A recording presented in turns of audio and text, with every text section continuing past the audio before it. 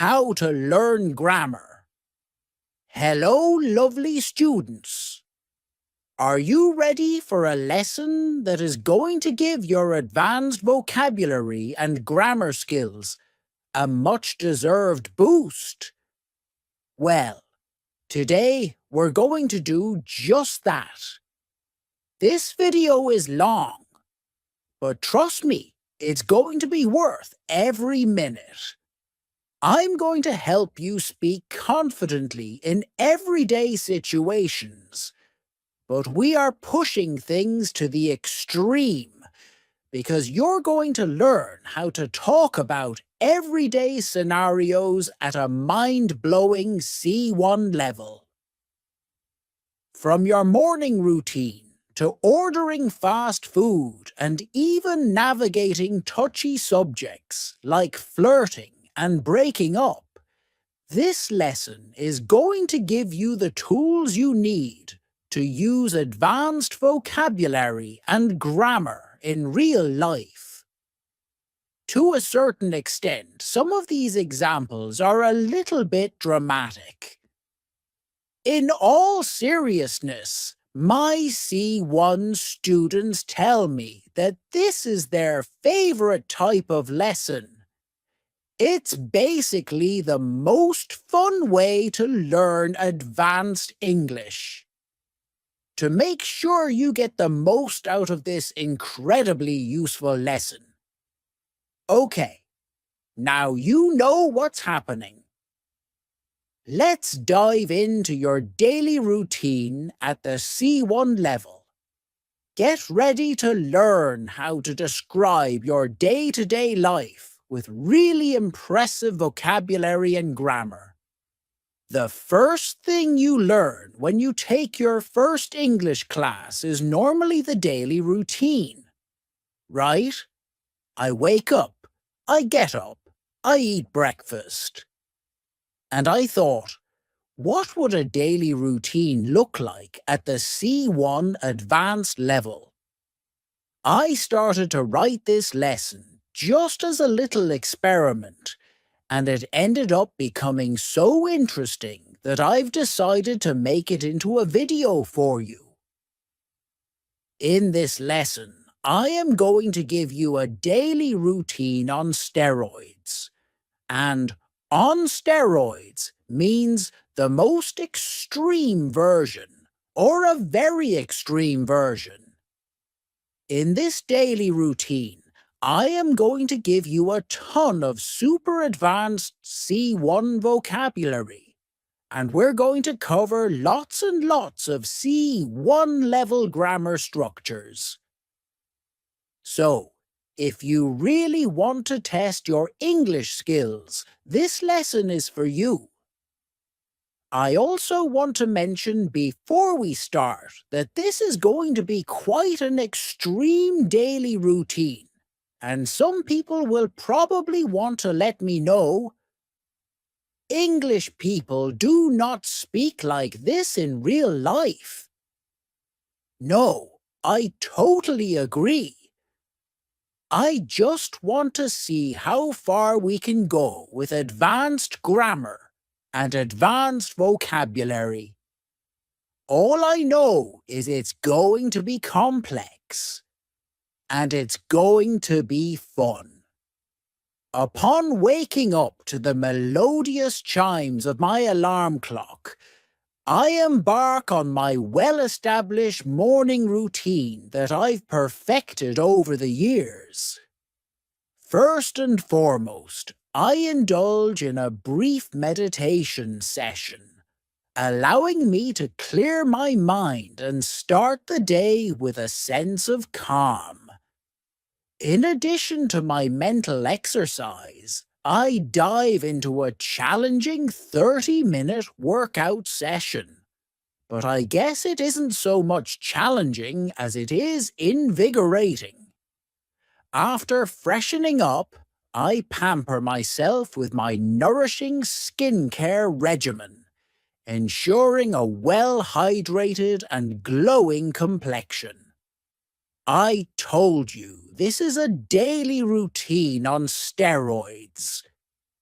In order to reach the C1 level of vocabulary and grammar, there aren't many people in the UK that speak like this on a daily basis.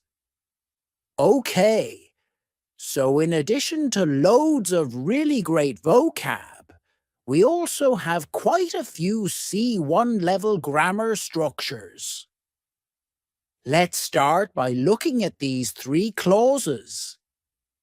What do you notice about them? We have, upon waking up to the melodious chimes of my alarm clock. We have, allowing me to clear my mind and start the day with a sense of calm. And we have, ensuring a well-hydrated and glowing complexion. Well, these are known as non-finite clauses. A non-finite clause is a type of clause that doesn't have a subject and a finite verb. A verb with tense and agreement. In other words, it's an incomplete sentence that can't stand alone as a complete thought. Non-finite clauses use verbs in their base form, infinitive, or the ing form, the present participle, without specific subject information. These incomplete sentence building blocks help add more context and information to our sentences. Now, let's take a look at another structure in this paragraph. It isn't so much challenging as it is invigorating. So, using not so much plus adjective plus as plus adjective is an advanced comparative structure we use to compare 2 related qualities. Okay, I'm going to address one more grammar concept from this paragraph before we move on to the rest of my routine. Compound adjectives like well-established, 30-minute, and well-hydrated. So, compound adjectives are adjectives that are formed by combining 2 or more words to create a single descriptive term. These adjectives are commonly used to convey complex or specific qualities that may not be easily expressed with just one single word. I used several hyphenated compound adjectives in this first paragraph, and we use the hyphens to clarify that the words are meant to be taken together as a single descriptive unit. Right, let's see what I get up to with the rest of my C1 extreme. This is going to get complex. No sooner have I got dressed in my most casual yet professional attire than I am wolfing down a hearty breakfast to fuel my day ahead. With a steaming cup of herbal tea in hand, I scan the morning headlines to stay informed on the happenings of the world. Meanwhile, as I commute to work, I immerse myself in an audiobook, relishing the well-written prose and captivating storytelling. Thus, I arrive at work, ready to tackle the day ahead of me. Wow, that's really sounding like a novel at this point. Okay. Let's see what we've got here. In the first sentence, no sooner have I got dressed in my most casual yet professional attire than I am wolfing down a hearty breakfast to fuel my day ahead. The construction, no sooner have I got dressed, is an example of negative inversion. Negative inversion is one of my favorite grammatical structures. I absolutely love the way it sounds, and when students learn it, they can instantly sound so intelligent when they speak. So, negative inversion is where the usual word order of a sentence is inverted or changed when a negative adverbial expression is used at the beginning of the sentence. The construction is important because it adds emphasis. I'm not just saying, I have got dressed, but I'm highlighting the immediacy of the action by using no sooner. This construction often indicates that one action happens immediately after another, almost without any delay. Using negative inversion helps to add a little flair to the story instead of sticking to the same subject-verb type construction, but it should be used sparingly. If you use it too much, it will sound pretty contrived. The final two sentences featured signposts, and no, I'm not talking about these. I'm referring to language like meanwhile and thus. Using signposting language like this is giving your writing a GPS. It helps steer your audience smoothly along and keeps your thoughts organized. These little words and phrases act as the glue that holds your writing together. Think of it this way. Without these signposting cues, your writing can get all jumbled up and end up sounding like a bunch of random thoughts. Let's do a quick comprehension check. Can you identify the signposting language in our first paragraph? I'll give you a few seconds to read through. Use your pause button now to have a read-through. In 5 seconds, I'm going to give you the answers. Okay, you should have said, first and foremost, in addition to, and after.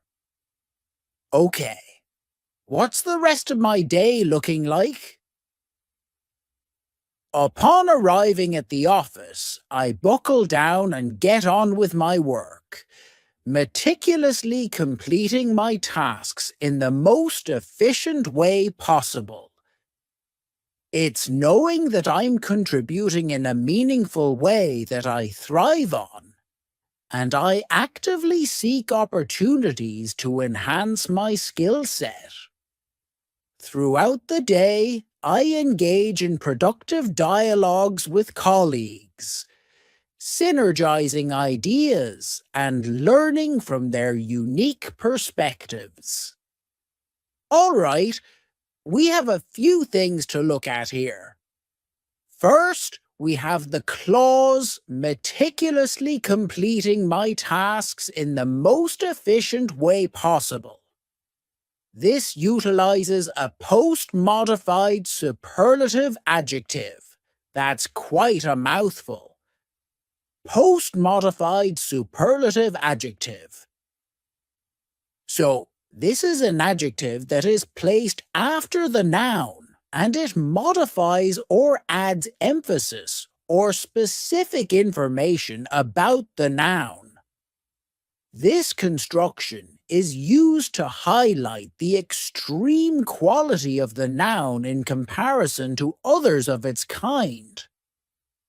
The structure of the second sentence was a bit of an odd one. It is knowing that I am contributing in a meaningful way that I thrive on, and I actively seek opportunities to enhance my skill set. We call this a cleft sentence. A cleft sentence is a grammatical construction used to emphasize a particular element in a sentence by dividing it into two clauses. I know I said that negative inversion was my favorite, but I actually think it ties with cleft sentences. Once you master these, it opens up an opportunity to really add some interest to your creative writing. The purpose of a cleft sentence is to bring attention to a specific part of the sentence, often by reorganizing the structure to highlight that element. In this case, I wanted to highlight knowing that I'm contributing in a meaningful way. So I was able to restructure my sentence to make sure that this portion of the sentence was the main focus. They're pretty nifty, these cleft sentences. Okay, let's move on to the final part of my routine. As the day draws to a close, I reflect on my achievements, striving to be the best version of myself both personally and professionally. All I hope is that I outdo my previous accomplishments each day as I embrace life with unwavering determination. By adopting this disciplined and purposeful routine, I feel confident that I can continue on a path of self-improvement and well-being.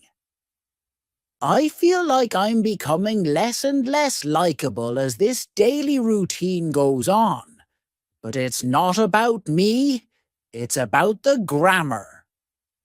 So, let's see what we have here. In the first sentence, as the day draws to a close, I reflect on my achievements, striving to be the best version of myself, both personally and professionally. We have a few different things going on here. First, we have as the day draws to a close, which is a subordinate clause. But by C1, you should already be familiar with them. These are clauses that can't stand on their own as individual sentences. They have to be attached to a main or independent clause. We also have a participle clause, striving to be the best version of myself, both personally and professionally. A participle clause is a type of non-finite clause. We discussed those before.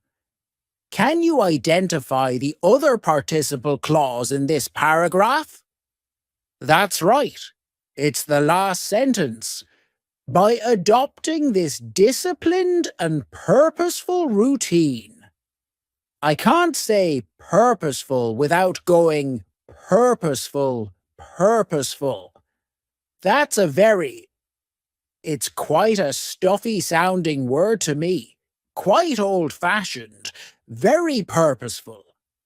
This participle clause also functions as an adverbial phrase because I use the preposition by, explaining how the action in the main clause is achieved.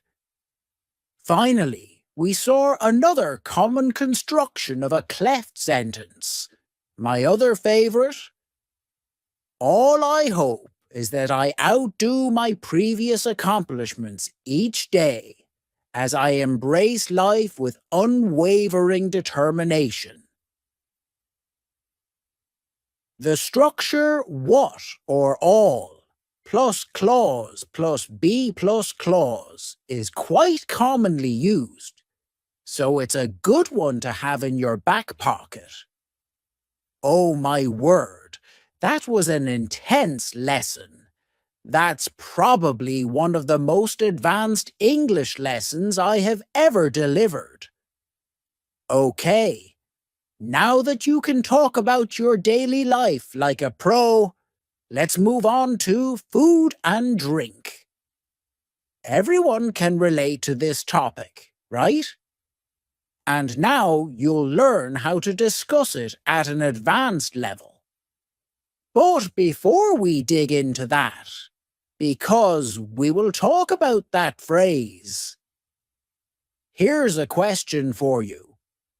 When you learn another language, when you start to learn English, what is one of the first topics or topics you want to learn about? Apart from swear words. Food and drink, obviously. You tick them off, you learn the basic vocabulary, and then you forget about them. I want to bring them back. Today, we're going to learn food and drink, C1 to C2 advanced level. Let's get started with the lesson, and I must say, when you get to a really advanced level of English, people like to say in the comment section, but people don't talk like this in real life. I agree with you, lots of people don't, and it's not necessary. I would say reaching B2 is the level that allows you to really exist in English. C1 is when you are completely fluent to the point where you can have very nuanced conversations. The vocabulary we'll discuss today is the kind of vocabulary you might find in a piece of creative writing, or you might use with someone who is a real foodie or cooking enthusiast. Okay, let's start. I consider myself a bit of a foodie, but I'm definitely not a food snob. I'm just as happy tucking into a simple homemade meal as I am polishing off a Michelin-starred work of art. On a normal day when I wake up, I force myself to gulp down a big glass of water before I indulge my caffeine addiction and brew an aromatic cup of coffee. That first swig always hits the spot. Fellow caffeine addicts, raise your hands. Sometimes I like to work up an appetite before breakfast by going for a run. Other times I can't wait and I gobble down a steaming bowl of porridge immediately. Okay. Here are some of the vocabulary I want to pick out. The first is the phrasal verb to tuck in or to tuck into. And this means to start eating enthusiastically. After hours of preparation, everyone was ready to tuck into the roast dinner. The next one, to polish off. Another phrasal verb means to finish all of something, especially food. I always imagine polishing a plate because it's so clean, because you've eaten everything. I can't believe you polished off that entire pizza by yourself. And next, to gulp down. Another phrasal verb. This means to drink very quickly. After a run, I often gulp down a big glass of juice. And to gulp is to swallow. It sounds the same. Gulp. The next is a verb. To brew, which means to make coffee or tea by adding hot water to the beans or the bag. The highlight of my morning is the fresh pot of coffee my husband brews every day. Sometimes we will call a cup of coffee or a cup of tea a brew. Do you fancy a brew as a noun? Next, we had an adjective, aromatic. Aromatic, and please focus on the pronunciation here. Aroma as a noun, aromatic. This means having a pleasant and distinctive smell. Spices like cardamom and cinnamon make curry an aromatic dish.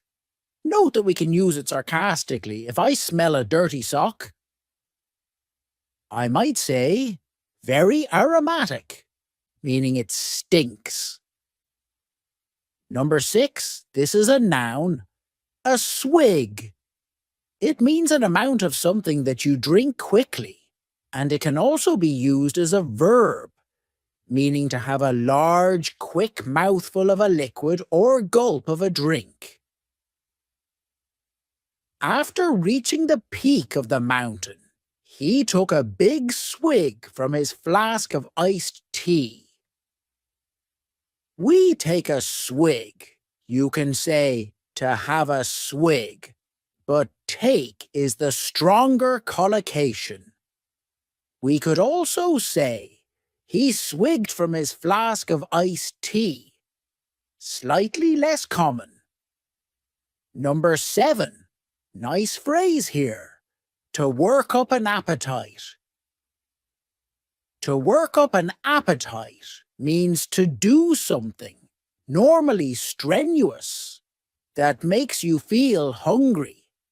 I was gardening all morning, and I really worked up an appetite. And the final one, a nice slang phrasal verb. To gobble down. To gobble down means to eat very quickly with lots of swallowing. It's just an emphasis here. This particle doesn't really change the meaning of the verb, a bit like with to sit and to sit down. There's no real change. We're just emphasizing the direction of the action. The food is going down. We sit down. An example. My dog always gobbles down his dinner as soon as I give it to him. That is so true. He really does gobble down. There's no better verb or phrasal verb to describe it. Okay, next part of the story. When I have time, I love nothing more than whipping up some dishes in the kitchen. When I was in Tuscany recently, I learned to make this incredibly flavoursome pasta sauce. The ingredients are so simple, but fresh, and it's mouth-watering. I love cooking one-pot meals too, because they're so easy, and there's minimal cleanup. Speaking of, we're very lucky to have a dog who hoovers up any stray crumbs, so our kitchen is usually pretty clean. Okay, there was a lot of good vocab in that passage, so let's have a look. Number 9. We have to whip up. To whip up is a nice slang phrasal verb. It means to cook something quickly, especially using whatever ingredients you have to hand. Don't worry, everyone. I'm going to whip up a gourmet feast of beans on toast. Beans on toast is a really typical British meal when you don't have any food in the house. We nearly always have a tin of Heinz baked beans. Or actually, now with inflation, we're buying supermarket brand ones. And toast. So, beans on toast is a very common, I don't know what to make, I don't have anything, I'll make beans on toast. Next, number 10 is flavoursome. Flavoursome means delicious and full of flavour. Notice the pronunciation. Two schwa sounds there. Flavoursome. The sauce proved incredibly flavoursome, transforming the mundane dish into a culinary masterpiece. Next, we have the adjective mouth-watering. Mouth-watering describes food that looks so good you want to eat it right then. They served up a mouth-watering dish that tasted just as good as it looked. Next, something I love to make, a one-pot meal. A one-pot meal is a meal that can be cooked in one pot, and I want to draw your attention to how I pronounced it.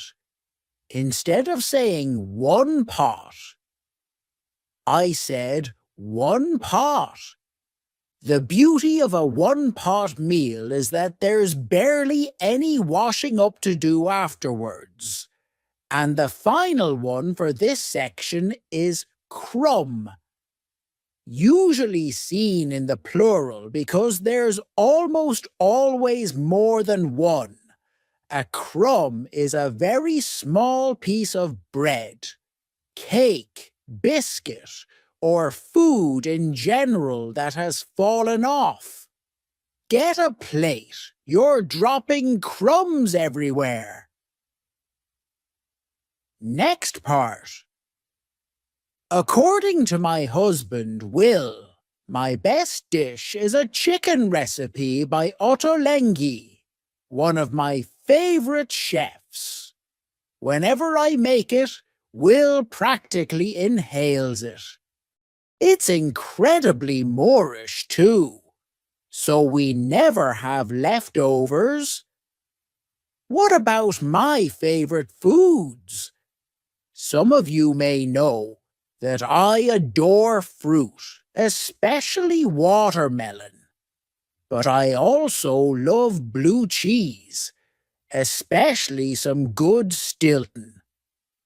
It's got quite a pungent smell, and I would say it's an acquired taste, but it's really yummy. I always put it out when I do nibbles when guests are coming over. Okay, let's have a look at the vocabulary.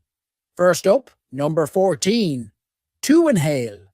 To inhale means to breathe in, literally. However, in the context of food, it means to eat very quickly. He was so hungry, he seemed to inhale his sandwich. The next is a lovely adjective, Moorish. Moorish describes something that is so delicious you want more of it. This cake is so Moorish, I can't stop eating it. Next, I love this one, the adjective, pungent. Pungent? I love the sounds together. Pungent. I feel it's so descriptive. It's not normally a very positive adjective because it means having a very strong smell or taste, normally smell. When we're talking about blue cheese, though, that's a good thing. That's what we pay for. An example. The durian fruit has quite a pungent smell. Next, I talked about something being an acquired taste, which means something that you might not like at first, but you start to enjoy over time. Olives are an acquired taste, and children often don't like them. I used to pretend to like olives as a child because I wanted to sit with the adults and have nibbles, and that was often the only thing on offer. If I stopped eating, they'd send me to bed. And the final word was the noun nibbles, which means small items of food that are normally eaten with your fingers. You will often see them on restaurant menus.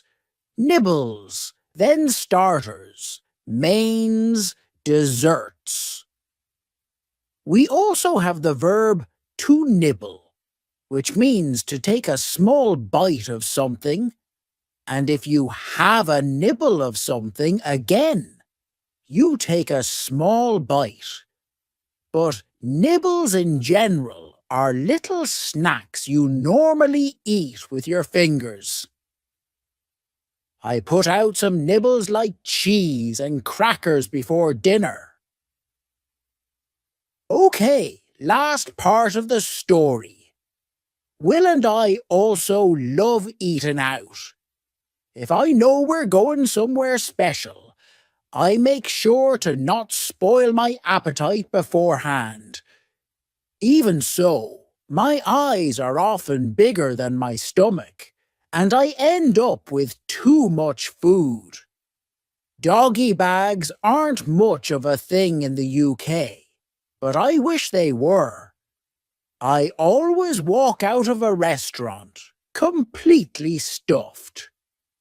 Okay, finally, here are 4 more words and phrases to finish off this video. Number 19 is to spoil one's appetite. To spoil one's appetite means to eat something before a meal that causes you to fill up or not feel hungry. Don't have that chocolate bar. It'll spoil your appetite. Next, one's eyes are bigger than one's stomach. If your eyes are bigger than your stomach, it means you order or put too much food on your plate and you can't finish it. I always have eyes bigger than my stomach at a buffet. I want to pile my plate with absolutely everything. And then, when I start eating, I realize I've taken way too much. An example. Sorry, I really can't finish this. My eyes were bigger than my stomach. The next phrase, and this one might surprise you, is doggy bag. A doggy bag is a bag or a box you get from a restaurant to take home your leftovers in, and it's more common in the US. It's becoming more of a thing in the UK. When I went to the US, I was really shocked at how big their portions were, but when I mentioned it to my American friends, they said, "Don't judge us because we take almost everything home with us at the end of the meal, and we have it as leftovers in our fridge." And it made perfect sense. For me, in the UK, I would say we are more inclined and often pushed by our parents to finish everything on our plate. An example? Could I have a doggy bag, please? It was delicious, just a huge portion. And the final word I want to talk about is the adjective stuffed, which means very full. I couldn't eat another bite. I'm absolutely stuffed. Okay, that's it for your C1 food and drink lesson. Now that you've got a taste for food and drink vocabulary, let's focus on a specific scenario, ordering a coffee. If you're not a coffee person, don't worry.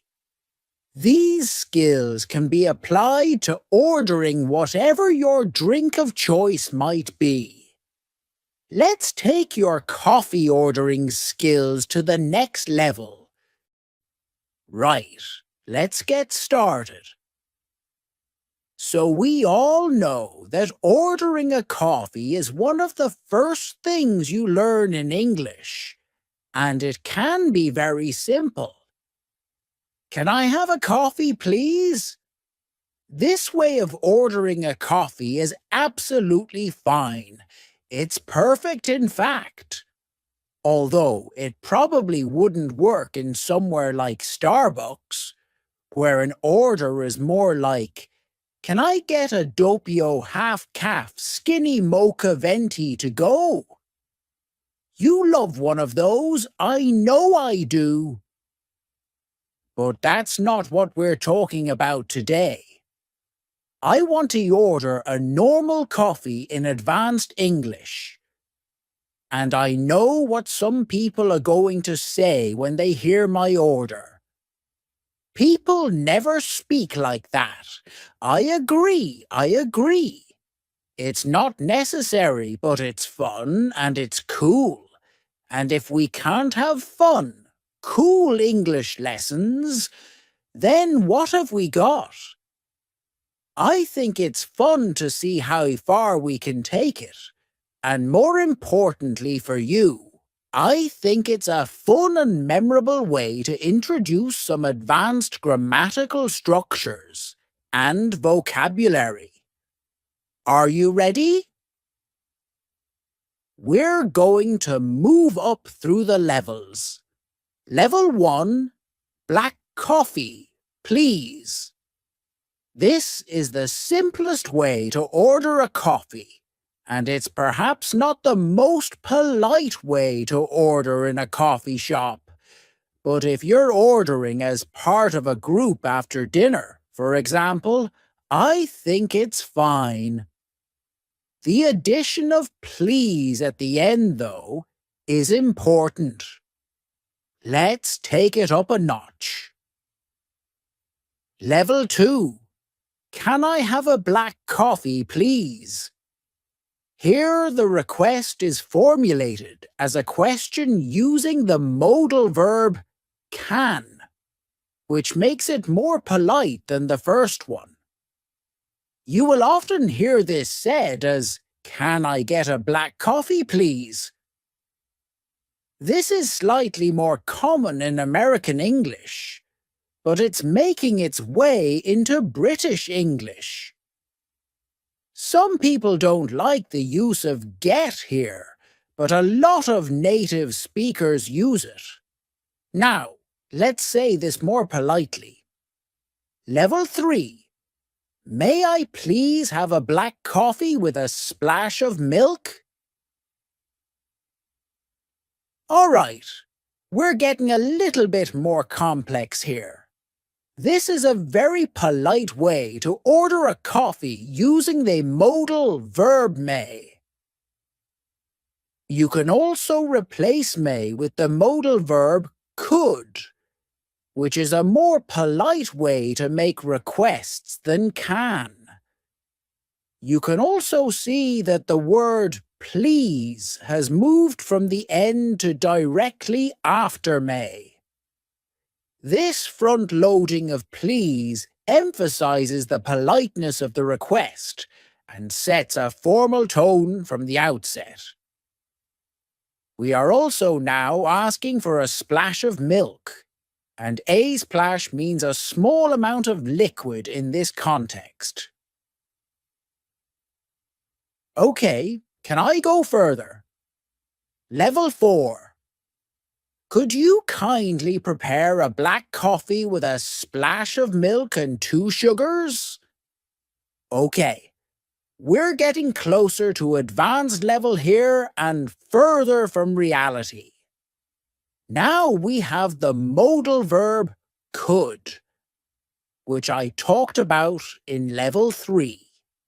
And instead of please, we can see the adverb kindly. This is another way to soften a request and make it more polite. Let's add a little more advanced language. Level 5. Would it be possible for you to brew a medium-sized black coffee with a splash of milk, 2 sugars and a sprinkling of cinnamon on top. All right. This one is even more polite and a bit poetic as well. Would it be possible is a very polite way to form a question. We also have some more advanced vocabulary, including to brew, meaning to make a hot drink like coffee or tea, and sprinkling, which means a small amount of liquid or powder that is dropped onto a surface. Can I make it even more advanced? Level 6, and we're not even at the end yet. If it's not too much trouble, could you please craft a medium-sized black coffee enriched with a splash of organic milk and precisely 2 cubes of raw sugar, while ensuring it's brewed to the optimum temperature, and then garnish it with a delicate sprinkling of cinnamon on top?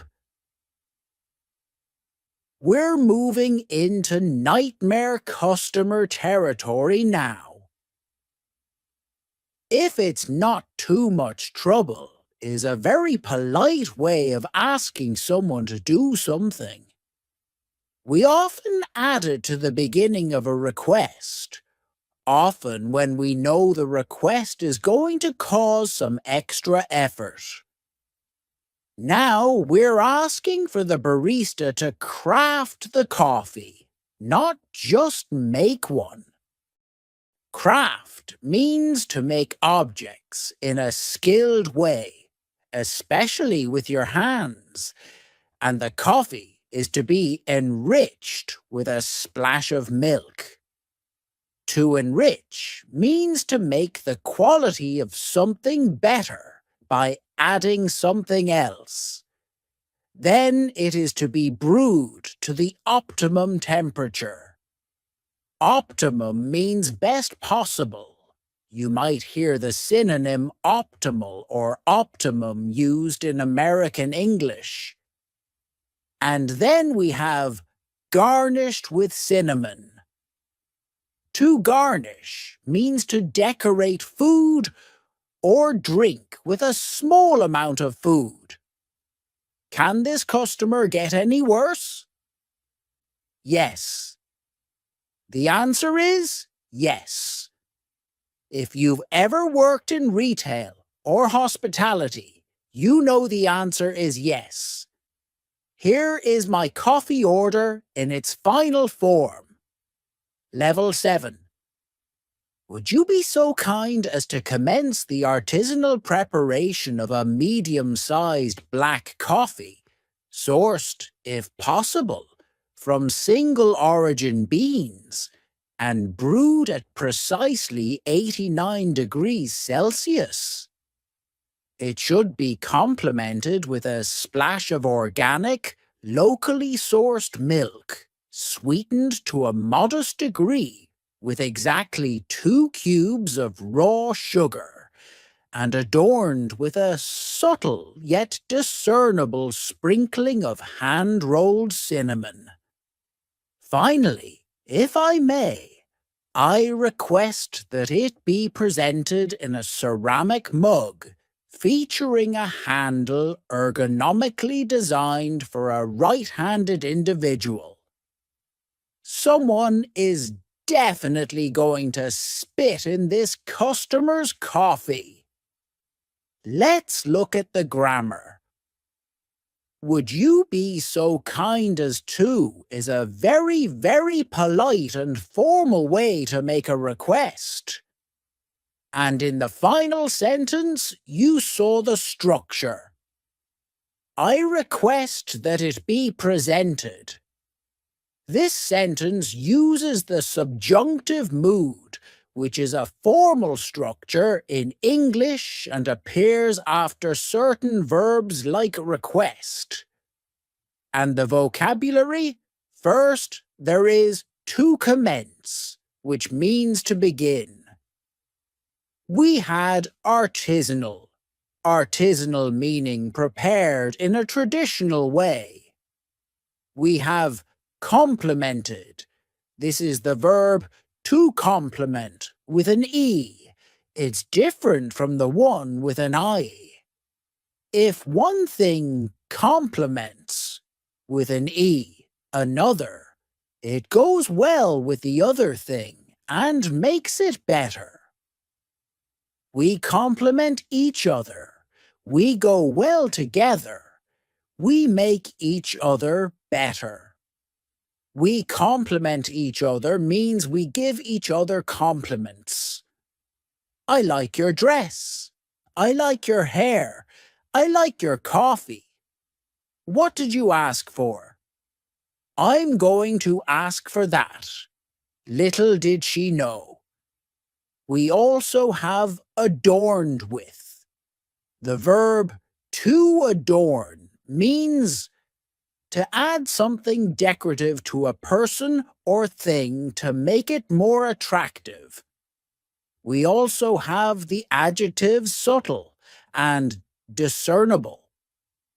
Subtle means not obvious or noticeable, while discernible means able to be recognized. So I wanted it subtle but discernible. Nightmare. And finally, perhaps the most egregious request, an ergonomically designed handle. Ergonomically means in a way that makes something, equipment or furniture, comfortable and effective for people who use it. What did you think of my C1 level coffee order? Is it realistic? Number, is it interesting? I think so, and I hope it will help you to remember some of the structures and vocabulary that I've presented. We really do use all of these words and phrases in real life. Okay, now it's time to shift gears and spice things up. In this lesson, we're going to explore the art of flirting in English. You're going to learn colloquial language and slang that will help you navigate these exciting social interactions. Let's get flirty. Hello, you gorgeous things, and welcome to my super advanced lesson on flirting. In this lesson, I am going to show you how you can ask someone out, how you can flirt with someone at a C1 to C2 advanced level. We're going to be focusing on British English slang, and we'll also touch on some pronunciation as well. Okay, let's start with the first one. This is a baseline. It doesn't have any slang. It's a starting point so that you can make comparisons with later passages. Let's try it. Ready? My friend doesn't think you'll agree to go on a date with me, but I'd love to take you out for dinner sometime. Nice and simple. A nice, easy start. That's our baseline. Let's move to the next level. Level 2. I've been wanting to ask you out all night, but my mate told me I had no chance of getting a date with you. He'll be absolutely speechless if you say yes. So, do you want to get a bite to eat? No pressure. So, did you understand all of that? It wasn't too advanced, but there are a few words that I really want to look at. The first one is mate. Mate here, in this context, means friend, and it's really common in British English. but it's even more common in Australian English. For example, my mates encouraged me to ask you out. The second word is the informal contraction wanna, which is short for want to. Some people pronounce it wanna, others wanna, with more of an O sound. Some use a wanna as an alternative. An example, do you want to go for a drink sometime? And the final phrase from that text is a bite to eat. A bite to eat. Now, notice the pronunciation here. In fast speech, when one word ends in a vowel sound and the next one starts with a vowel sound, we often add an extra sound to make it easier to say. In this case, the extra sound is W, a bite to eat. But what does it mean? Well, a bite to eat often means a small meal. However, we also use it in conversation to ask if someone wants to go out for something to eat, not necessarily something small. It's just very informal. For example, fancy getting a bite to eat at the local pub? Note that you will also hear bite on its own or a bite on its own. Fancy a bite later. Fancy something to eat later. Now, before I move on, I also want to talk about something in this question. You might have noticed that do is missing from it. Instead of saying, do you want to get a bite to eat? I just say, you want to get a bite to eat. In informal speech, we often omit auxiliary verbs like do from questions. If we want to go super informal, we can omit you as well. Wanna get a bite to eat? Okay, I can do better than this. We can go more advanced. Let's try level 3. Ready? You are by miles the most stunning person in the room, and I've been weighing up whether to come over all night. My mate over there, the slightly trolleyed one, told me I didn't have a chance in hell of getting you to go out with me. He's going to be gobsmacked if you agree. So what do you reckon? You want to go out for a slap-up meal sometime? No worries if not. Okay, how did you do with that? It's definitely getting more advanced. Not too advanced, though. It doesn't sound like you're trying to be Shakespeare. The first phrase is by miles. By miles. You can also say by far. It means by a very large amount or by a long way. We do not use the metric system when we use this phrase. We can't say by kilometer. It just doesn't sound right. An example. You're the funniest person I've ever met by miles, by a long way. We also had to weigh up. To weigh up is a phrasal verb that means to think carefully about doing something before making a decision. There is another linking sound in that phrase. To weigh up, weigh up. Can you hear it? We insert a little Y sound. My next word is extremely colloquial. Trolleyed. Trolleyed. This means very drunk. Ben's trolleyed. Get him a taxi. And next, we have an idiom. To not have a chance in hell. Sometimes we omit the in hell part. We just say to not have a chance. and even sometimes to not stand a chance. We also use it with the verb to be. There's no chance in hell that he will go out with you. Now, this example might sound a little bit mean, but it's an example of British banter, our humour.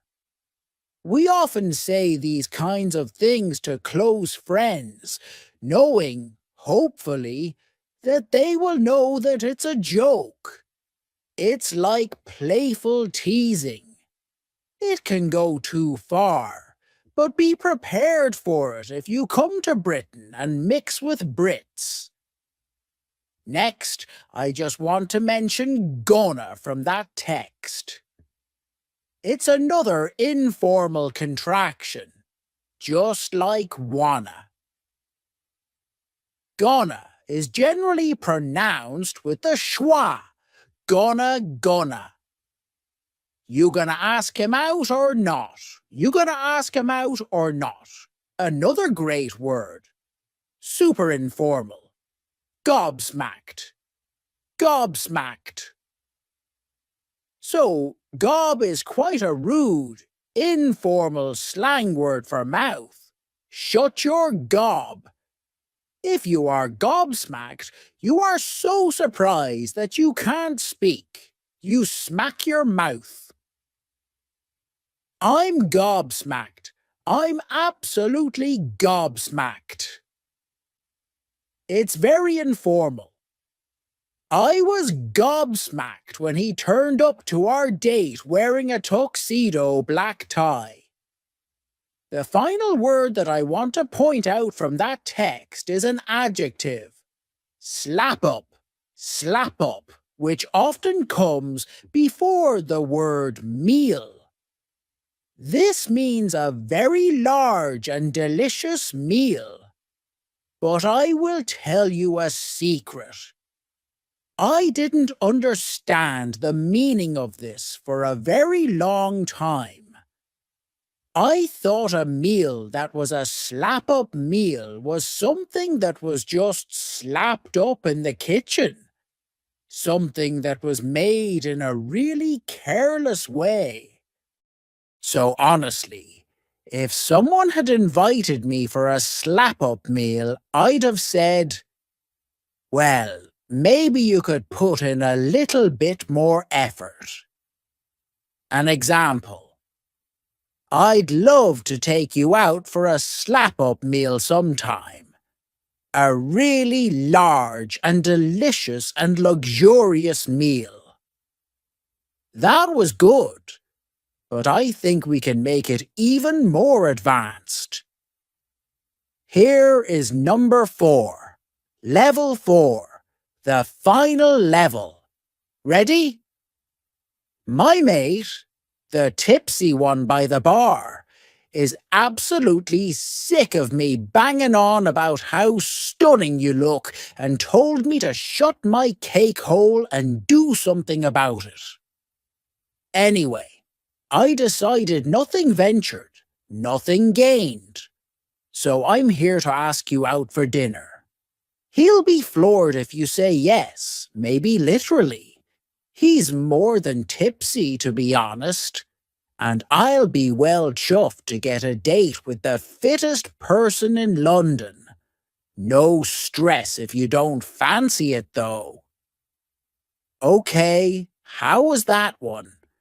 Would you say yes to me? It was packed full of slang, so let me break some of it down for you. We have to be sick of something. If you are sick of something, you are bored of something. Because it's annoying. It's repetitive. You will also hear people say, I'm sick of it. I'm sick of this. I'm bored of this.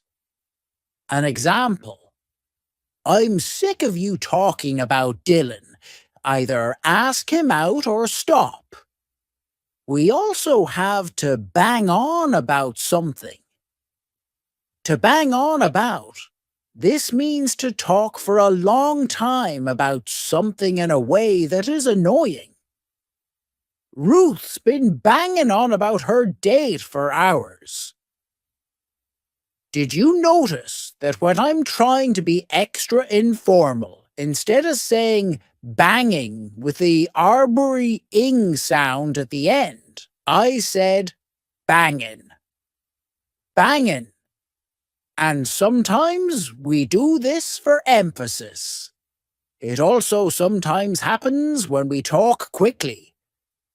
I've been singing for hours. Singing for hours. Should be singing. The next word is possibly the funniest one on my list. Cake hole. Cake hole, which is British slang for a mouth. Isn't that wonderful? It's literally the hole that you put cake into. So we've had gob and cake hole. This is an incredibly rude lesson. It's not a polite word, but you will often hear it in the phrases, shut your cake hole, shut your mouth.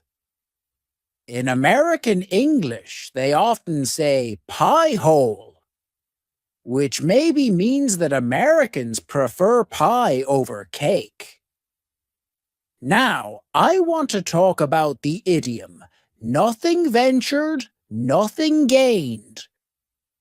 This is a proverb, meaning that you have to take risks to achieve something or to get something good. If you don't take any risks, you won't get the reward. An example, just ask Raby on a date. Nothing ventured, nothing gained.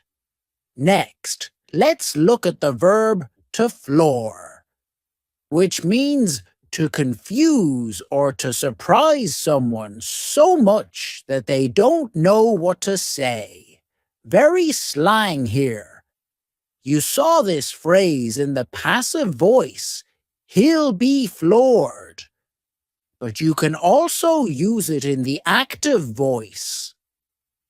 Amelia floored me when she asked me if I wanted to dance. I didn't think she knew who I was. After that, you heard the most marvelous slang adjective, chuffed. Chuffed, which means very happy or proud, or sometimes even satisfied in a really positive way. I was really chuffed, surprised, and happy. I was really chuffed when Tom gave me his phone number. Or, I was so chuffed with my exam result. We sometimes say, well chuffed, or chuffed to bits for emphasis. Using well instead of very, or incredibly is uber slang. It's not traditionally grammatically correct, but it's a common feature in many dialects. You look well nice today. That food is well good. Unless you're trying to integrate into a specific community that uses it, I wouldn't say it's something that you should really say, but it's really important to understand it. And the final word that I want to talk about is fit. Fit. Which in the text, in that context, means physically attractive. We met some really fit guys at the pub last night. Did you notice how I used a glottal stop at the end? Fit guys. Fit? I'm being informal, and when I am with my friends or family, I'm talking fast. We're having fun. I don't follow all of the RP pronunciation rules. I do use the glottal stop. I do make, intentional grammar mistakes. As I said, You don't want to sound forced, but it's really important that you understand why people say them. Okay, what do you think? Would you use any of these phrases to ask someone out if you were in the UK? And maybe you can adopt some of the slang into your daily conversations. That was hot. But not every fling is a match made in heaven, and breakups are never easy. But being able to express yourself clearly can help. So in this lesson, we're going to tackle this emotionally complex topic using your advanced English skills. Don't worry, I've got your back here. Unfortunately, all good things must come to an end. Today, I'm doing a video on how to break up with someone in super advanced C1 to C2 level English. Now, this is something I hope you never have to do. But if you are going to do it, you might as well do it in style. Am I right? Before I get into the speeches that I've created to help you break up with someone, I want to talk about a few cliches that you might have heard in films or on TV or even read in books. Maybe you've even heard them in real life, but I really hope not. These are phrases that people often say to end a relationship, but they don't usually express what the speaker really means. So I'm going to translate them for you. The first one. You might have a version of this in your own language. It's not you, it's me. Also, don't get that wrong and say, it's not me, it's you. 'Cause that's even worse. If someone says, it's not you, it's me, the translation is that it's probably you. The next one? Oh, this one's painful. I love you. I'm just not in love with you. The translation of this is that they might see you more as a friend. The next one, I've heard this one before. Heartbreaking. I need space. If someone needs space, they need space away from you. That relationship didn't work out for me. Another one I've heard as well. Oh my word, this is triggering. You deserve better. You deserve better. I guess when someone says this, they just can't think of anything better to say. That's a major red flag. It's a red flag. Now, I don't think there are any really good ways to break up with someone. Let's start with level 1, and this is going to be a very basic way to break up with someone. Are you ready? 'Cause this is going to be brutal. I'm not happy. This isn't working. We need to break up. Okay, I'm going to take that as a baseline for my super advanced ways to break up with someone. And before I start, I need to add my disclaimer. The following levels are for entertainment purposes. I do not recommend that you try to break up with someone and also aim for a C1 or C2 level of language whilst doing it. I do think that this is a really fun and interesting way of teaching you advanced level grammar and vocabulary. If you copy my wording when breaking up with your partner, that's on you. Your partner will probably be confused or furious, or both. Let's go with number 2. You're a fantastic person, and I've treasured the moments we've shared. But I've been reflecting a lot lately, and it's become clear that we're as different as chalk and cheese. Let's call a spade a spade. Our paths are heading in completely different directions. The odds are that we're just going to make each other miserable in the future.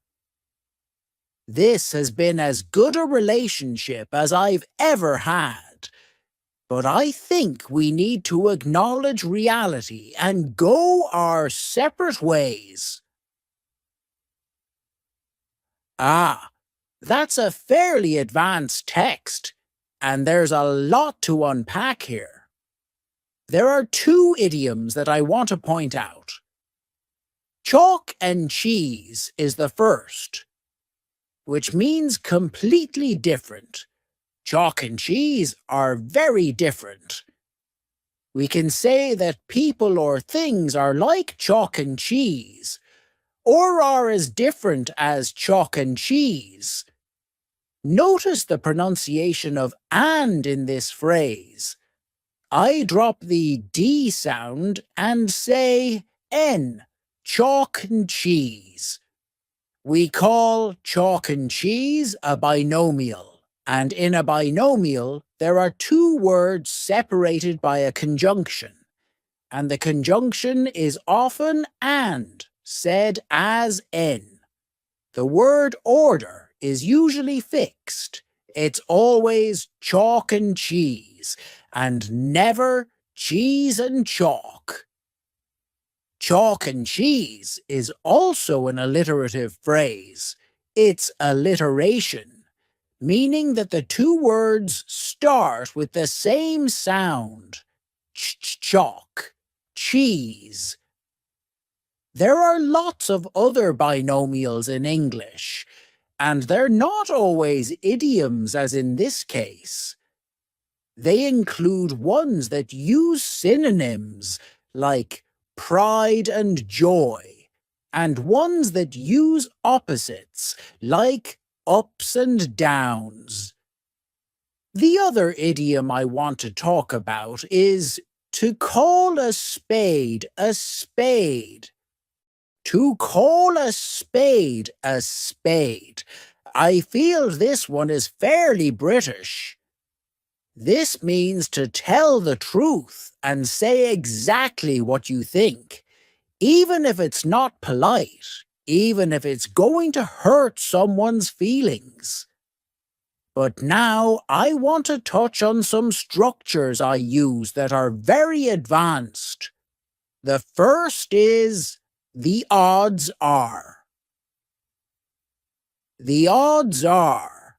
Now, this is a phrase that we use to say how likely it is that something will happen. You saw this phrase in the sentence. The odds are that we're just going to make each other miserable in the future, meaning it's likely that we will make each other miserable. An example. The odds are that Jane and Ellie will break up soon. The second phrase is an advanced comparative. You saw this in the sentence, this has been as good a relationship as I've ever had. As good a relationship. I'm saying as. As is a weak form.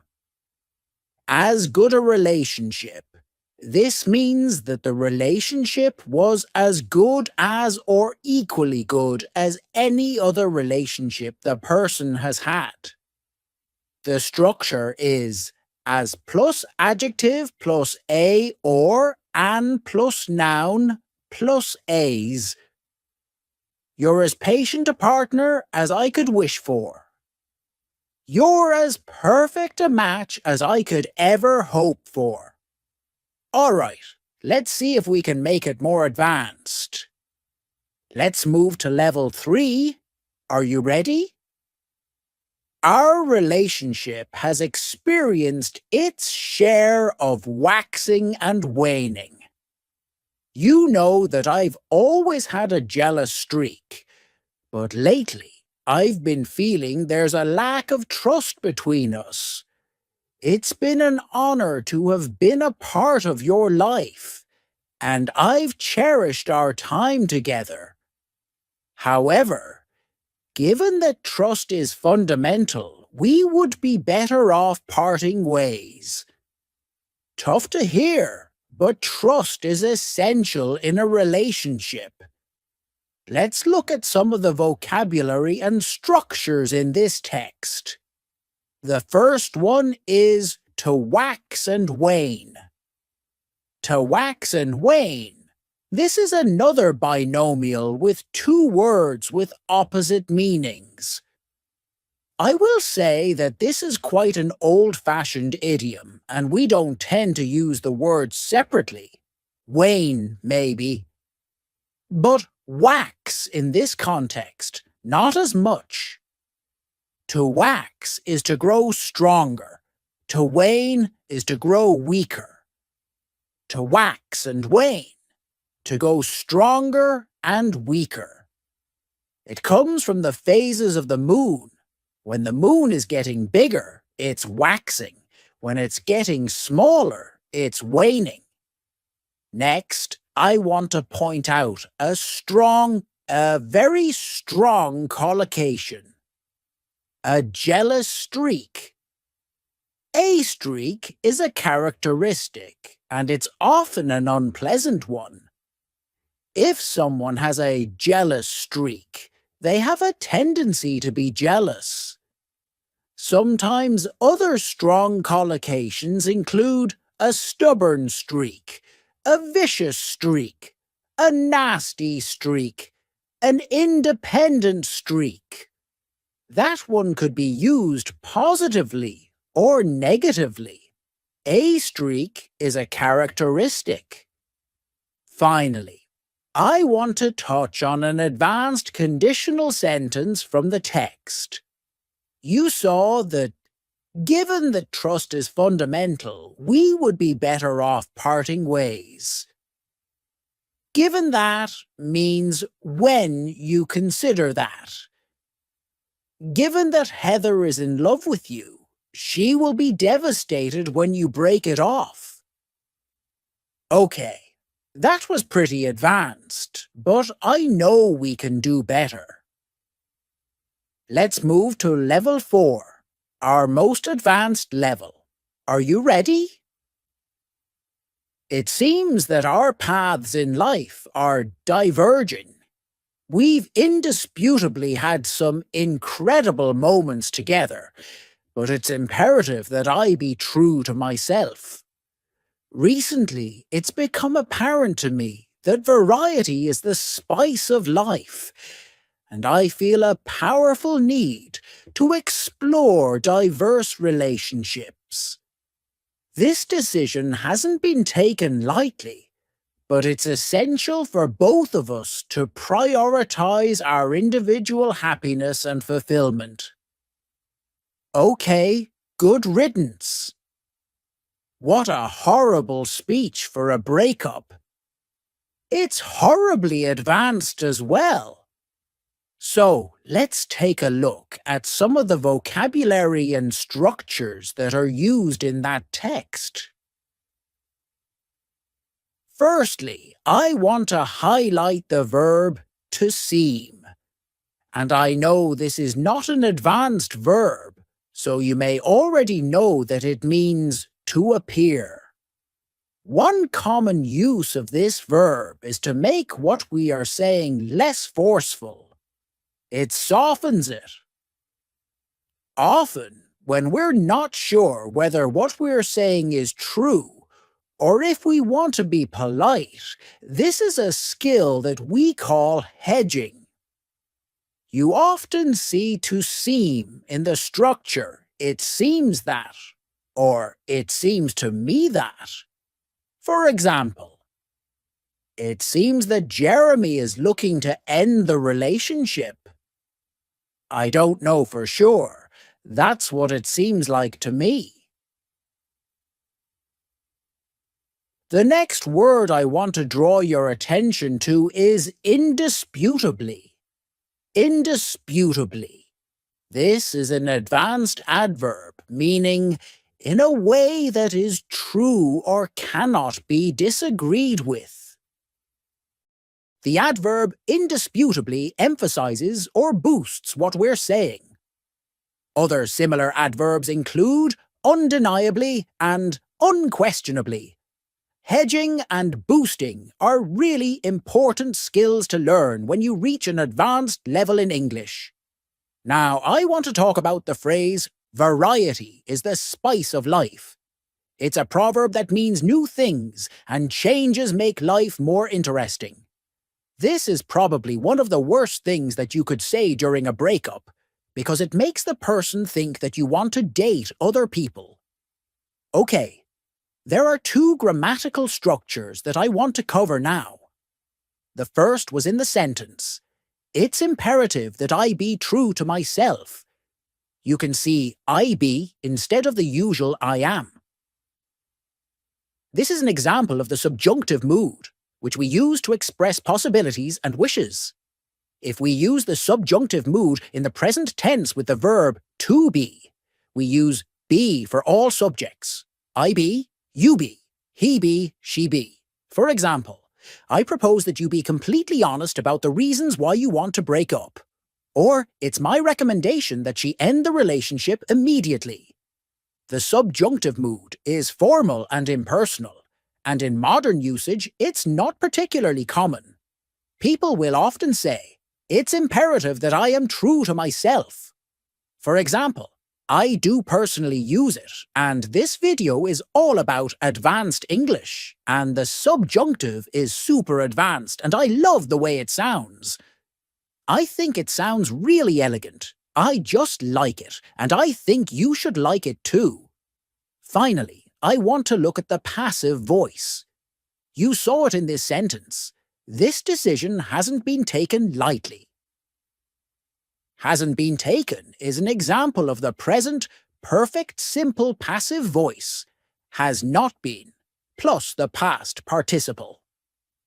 In this case, the passive voice makes the sentence very impersonal by not naming the person who made the decision. And it's more commonly heard from leaders like politicians or people in business who don't want to take responsibility for something. I sincerely hope that you never hear this when someone is breaking up with you.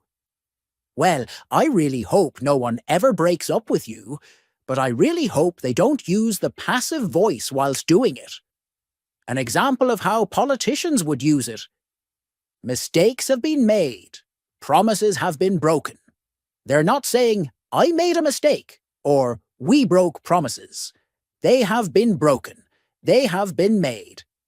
Okay, well, the course of true love never did run smooth.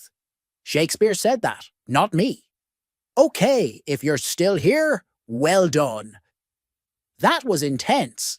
From discussing your daily routine to navigating the complexities of relationships, you've learned so much advanced English vocabulary and grammar, and I hope you feel more confident in your ability to tackle these real-life situations and express yourself with a little more flair, a little more art,